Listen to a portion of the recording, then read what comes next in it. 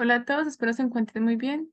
Bueno, el día de hoy mi compañera Valeria Sáenz y yo, Marci Quintero, les vamos a exponer sobre Bacillus thuringiensis. Bueno, Bacillus thuringiensis es una bacteria que está presente en el suelo, es una bacteria aeróbica, es formadora de esporas, también es una bacteria que es gram positiva y algo muy importante es que es entomopatógena. Y bueno, esta bacteria produce unas proteínas cristalinas paraesporales o endotoxinas que se conocen como CRAI. Algo muy importante de mencionar ahorita es que Bacillus thuringiensis es conocido como el insecticida microbiano de mayor éxito contra diferentes órdenes de plagas de insectos en la agricultura y la medicina actualmente. Bueno, un poquito como la historia de este Bacillus, aislado como en esta época o en la época contemporánea, en 1901, por este biólogo japonés. Pues logró aislar este bacillus del gusano de seda, ¿cierto? Este bacillus le está haciendo daño al gusano de seda, entonces, como en esa época la seda era algo tan importante, más que todo como para Oriente, pues se logró estudiar y él logró aislarlo, pero en esa época se le puso fue Bacillus soto. Ese fue el nombre que él le designó. Ya luego, 10 años después, en Alemania, este señor de aquí, Ernest Berliner, eh, redescubrió a este Bacillus. Él lo redescubrió, o pues aisló esta bacteria de una polilla mediterránea de la harina. Pero él sí fue el que le puso el nombre que es actualmente, que es Bacillus thuringiensis. Entonces, como brevemente su historia. La clave del éxito de este Bacillus son las toxinas que producen, que son esas toxinas que estamos viendo acá. Realmente él produce un cristal donde está la toxina. Y esto lo produce cuando está en la época de esporulación. Entonces, estos cristales conocidos como toxinas Cri o CID van a ser fundamentales para el modo de acción de Bacillus thuringiensis. Además, pues de esas toxinas, la bacteria va a producir otros factores de virulencia, perdón, que contribuyen a la muerte de los insectos. Eh, es esencial, pues, poder comprender la diversidad de esas toxinas, ya que ese tipo de toxinas van a determinar el rango de huéspedes de Bacillus thuringiensis, ya que las cepas de este Bacillus pues pueden sintetizar más de una toxina, lo que va a resultar en varios perfiles de huéspedes, que es algo pues bastante importante, por eso es que su rango de acción, digamos, en cuanto a insectos es mucho mayor. Pues a pesar de que estas proteínas pueden ser diferentes o si digamos un poco diferentes dependiendo de la cepa, pues siempre van a tener como la estructura terciaria de la proteína es bastante similar. Bueno, ya para hablar como de esas proteínas que son realmente lo que lo hace especial, ¿cierto? A este Bacillus thuringiensis, tenemos que esas pues, son toxinas tóxicas para una amplia variedad de insectos, como lo son los lepidópteros, coleópteros y dípteros. Y bueno, este Bacillus thuringiensis pues se ha considerado que es como uno de los bioinsecticidas más exitosos durante el último siglo, pues gracias a estas proteínas tóxicas. Ese tipo de proteínas pues pertenecen a una clase de toxinas bacterianas que se conocen como toxinas formadoras de poros. Bueno, ese tipo de proteínas se secretan como proteínas solubles en el agua y sufren cambios conformacionales para poder insertarse en la membrana de sus huéspedes. Algo importante es que aunque existe pues una buena correlación entre las subespecies de Bacillus thuringiensis y el rango de insectos huéspedes a nivel familiar, pues esta relación tiende a romperse cuando se habla a nivel de género y especies, porque la mayoría de las cepas puede sintetizar más de una toxina, lo que resulta en perfiles de huéspedes complejos y superpuestos, como pues ya había dicho antes. Un ejemplo de eso es, por ejemplo, la mayoría de las cepas de Bacillus thuringiensis courtaki van a ser específicas de insectos lepidópteros como mariposas y polillas. También las cepas de BT israelensis son específicas de dípteros, o sea, moscas. Las cepas de morrisoni son específicas de coleópteros. Y bueno, otras cepas no son activas en absoluto contra los insectos, pero son tóxicas para diferentes invertebrados.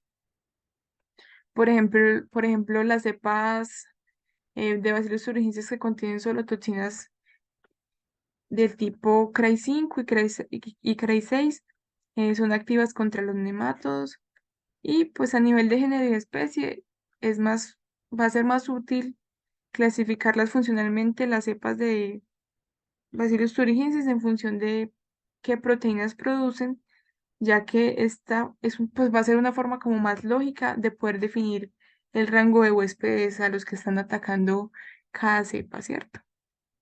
Bueno, ya para hablar un poco más como de la proteína concretamente,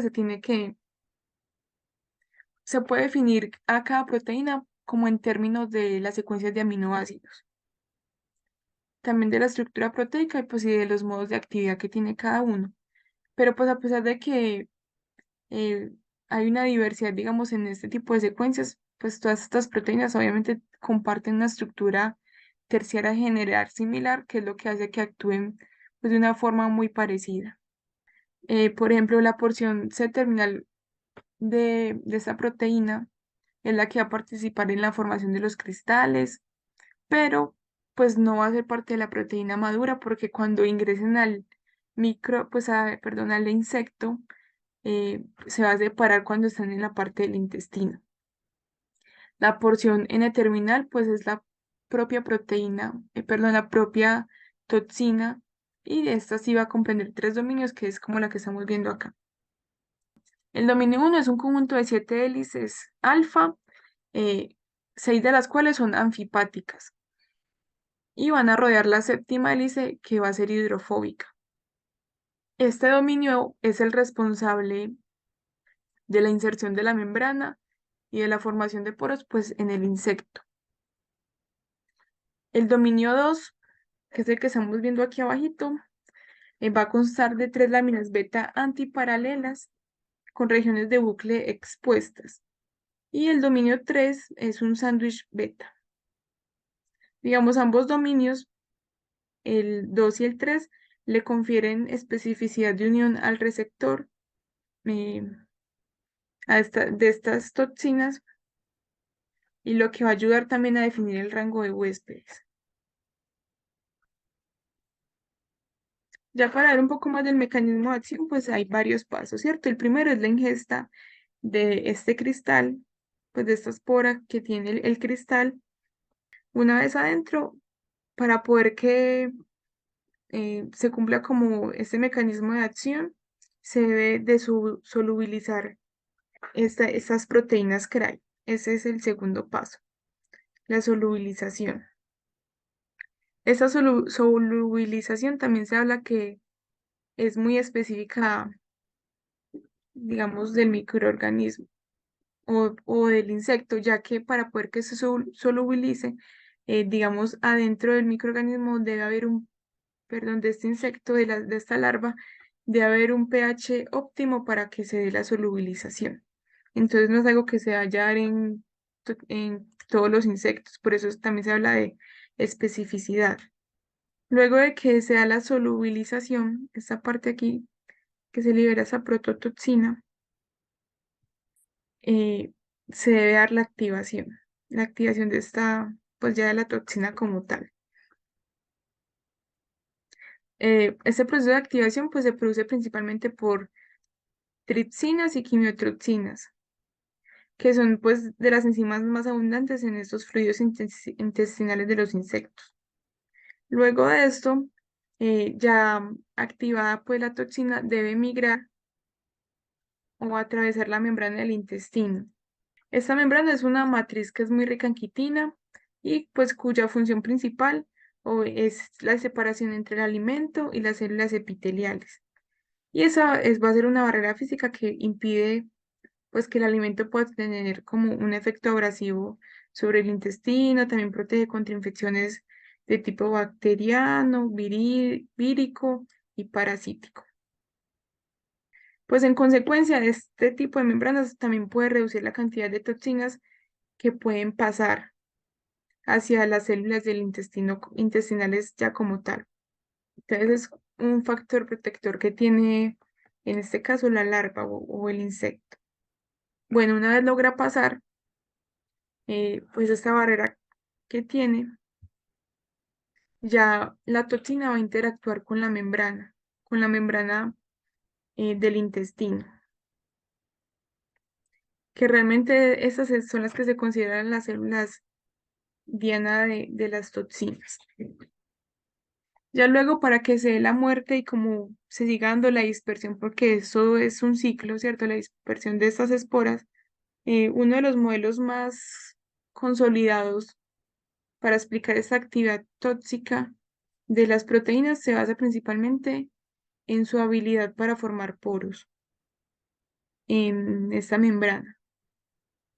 Bueno, de forma general se acepta que tras la unión de las toxinas a los receptores específicos, esta parte aquí, bueno, ya se forma una nueva estructura proteica que se va a insertar en la membrana de las células intestinales, produciendo un poro, pues constituyendo un poro. Ya lo que pasa con este poro es que pues se pierde la integridad de la membrana. Esto genera ya un desequilibrio osmótico que desemboca en la ruptura celular. Y tras la lisis, pues de las células intestinales ya se produce una septicemia, que es causada principalmente por el paso a la hemolinfa, no solo de las propias esporas o las formas vegetativas de Bacillus thuringiensis, sino que también de otras bacterias que pueden ser oportunistas en este caso y de patógenos que estén presentes en el bolo alimentario de la larva, pues lo que lleva finalmente a la muerte de este insecto.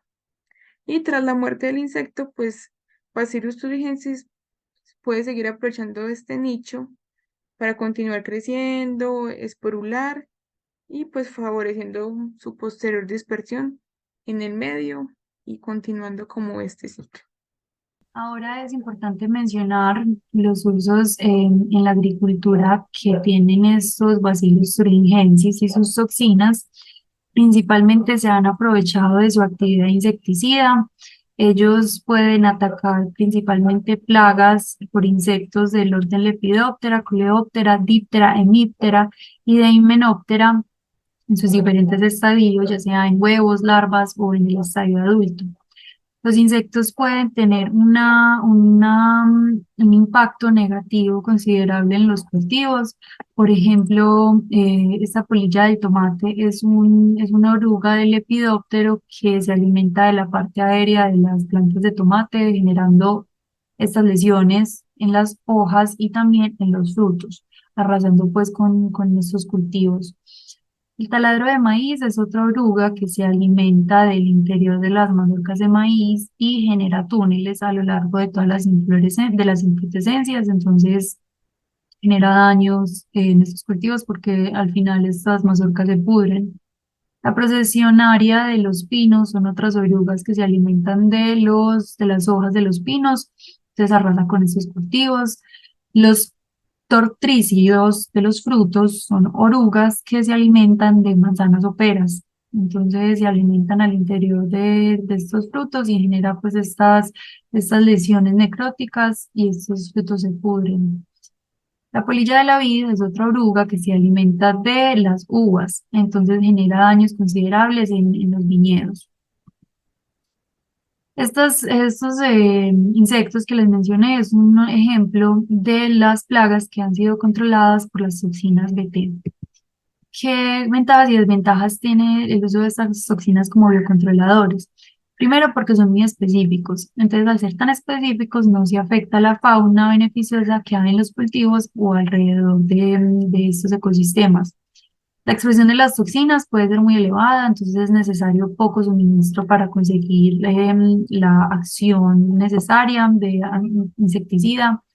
La expresión de las toxinas se da dentro del sistema, entonces eso genera que solamente se ataquen aquellos insectos que se alimentan de ellas, y los herbívoros pues específicos.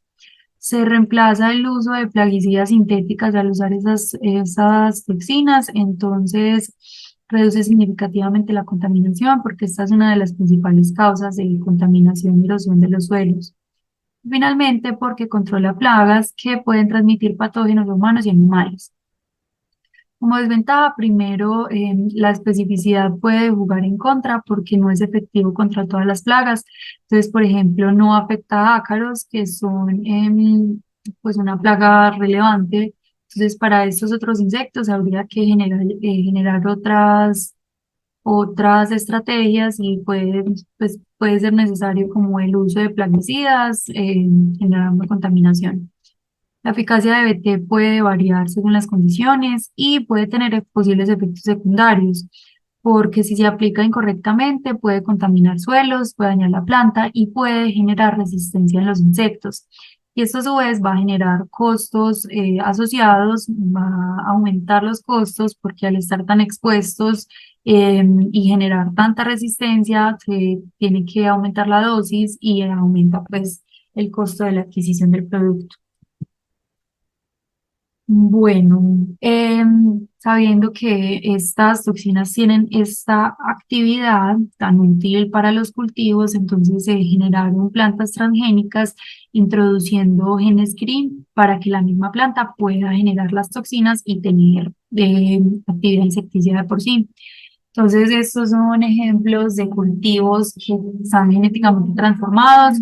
En berenjena está este fruto genéticamente transformado, se evidencia mayor la resistencia a plagas que ese que no está transformado y es mucho más susceptible a este insecto. Acá también el maíz, esta parte del cultivo sin BT, pues está arrasado por una plaga, mientras que este transformado, pues pudo seguir, el cultivo sigue en pie. El maíz convencional, este es un efecto del taladro que les contaba ahora, de la oruga de Lepidoptera. Acá el maíz transgénico es evidentemente mucho más resistente a las plagas, mientras que el maíz convencional no tiene esa capacidad de tolerar la plaga.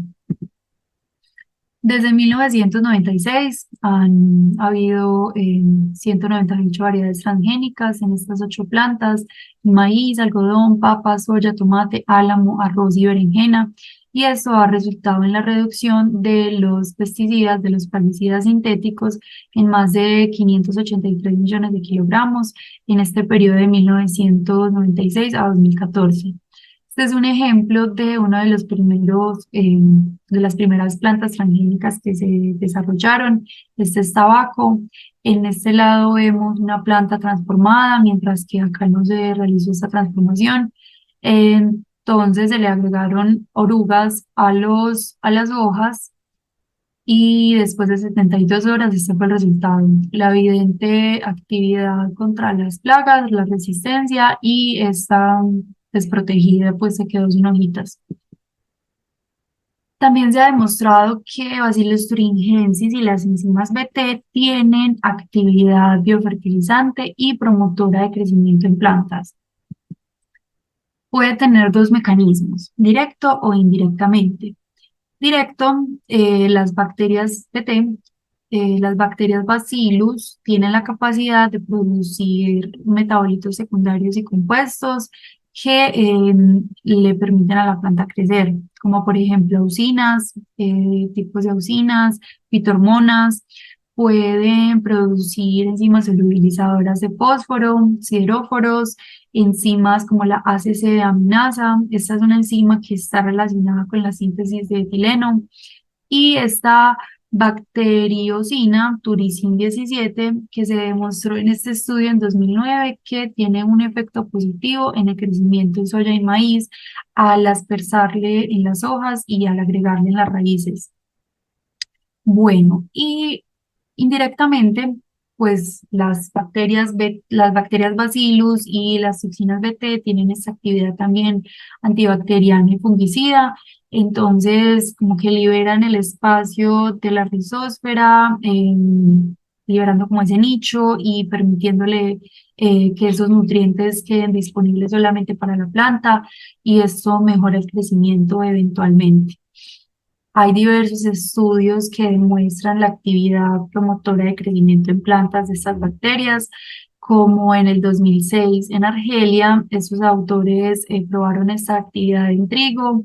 Se demostró que hubo una máxima actividad de biofertilización porque se notó actividad en solubilización de fosfato, se produjo auxinas, bioestimulación y como biocontrol porque pues generaba estos componentes que tenían actividad bactericida o fungicida.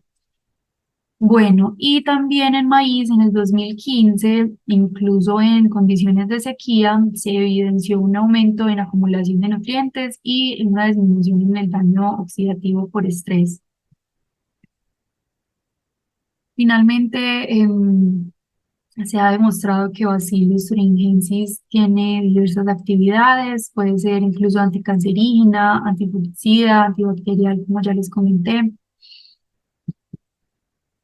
Sin embargo, eh, también es importante tener como consideraciones sobre las implicaciones ambientales, porque al transmitir genes a organismos, al jugar pues con estas transformaciones, también está como ese riesgo de que haya una transferencia de genes a organismos no dianas, y eso pues tiene implicaciones muy graves para la biodiversidad.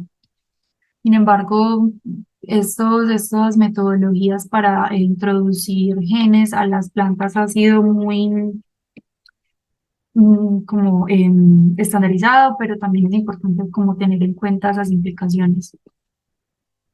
Para finalizar, mencionar que la investigación con estas toxinas sigue y tiene una amplia proyección.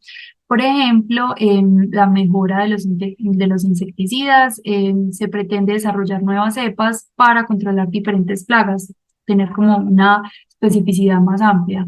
Al desarrollar nuevos genes o mejorar los genes que generan esa resistencia.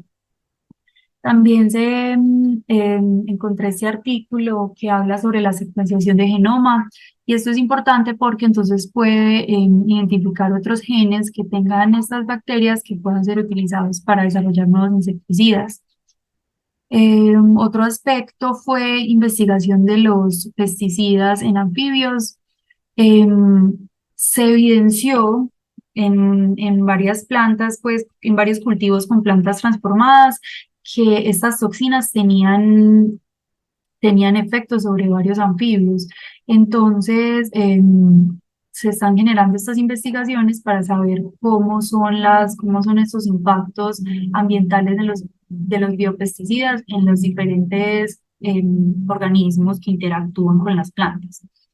Bueno, y el uso de BT en la protección de la salud animal, eso me pareció muy interesante porque también se puede usar estas toxinas para controlar plagas de insectos que puedan transmitir enfermedades a humanos y animales.